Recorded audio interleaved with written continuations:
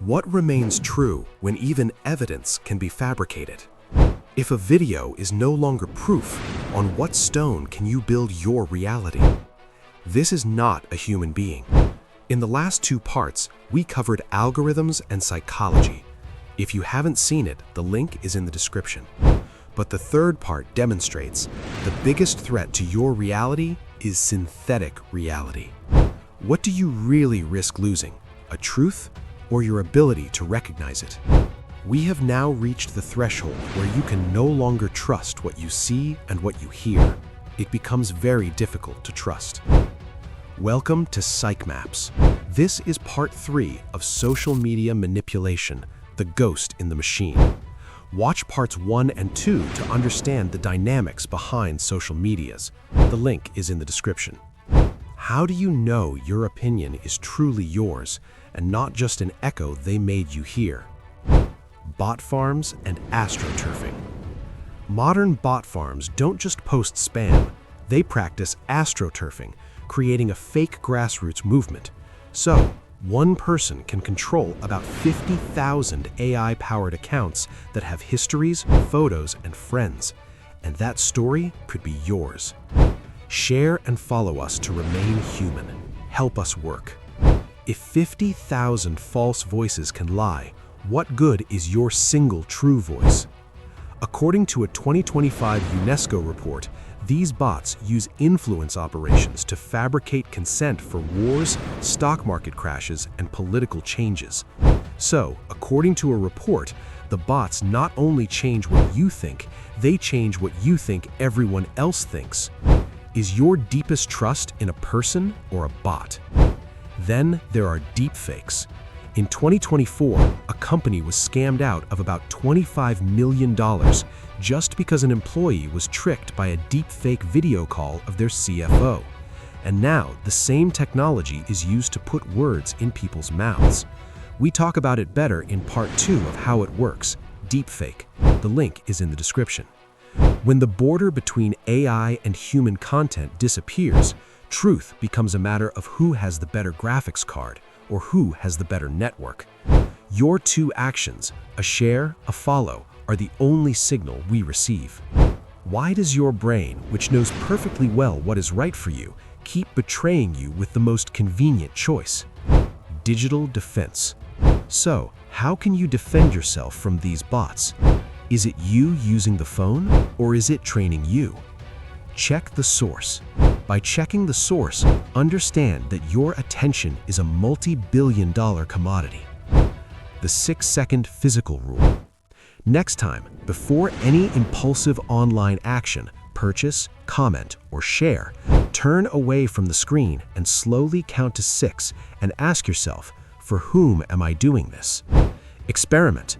Next time, when you're at a restaurant, between hamburger and salad, ask yourself which option gives me one less problem tomorrow.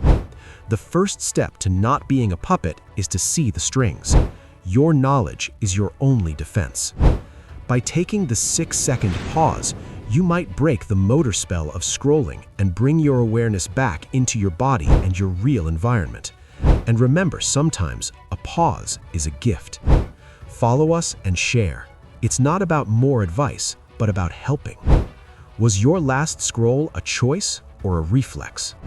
The strings are now visible, from the algorithms that trap you in bubbles, to the psychological hacks that trigger your dopamine, to the AI ghosts that fabricate a reality that doesn't exist. With us, you have seen the blueprint of the machine. How many last times have become the first time of a new defeat? But knowing the truth is only half the battle. The real power lies in what you do with it. What do you lose more, half an hour scrolling, or the ability to focus on one single thing for 9 minutes? The invisible puppeteer relies on these things, your silence and your thoughtless scrolling.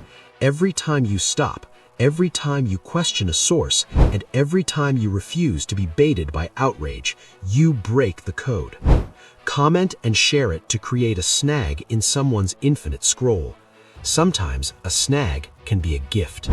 You are no longer just a data point in their experiment. You are a conscious mind reclaiming its sovereignty.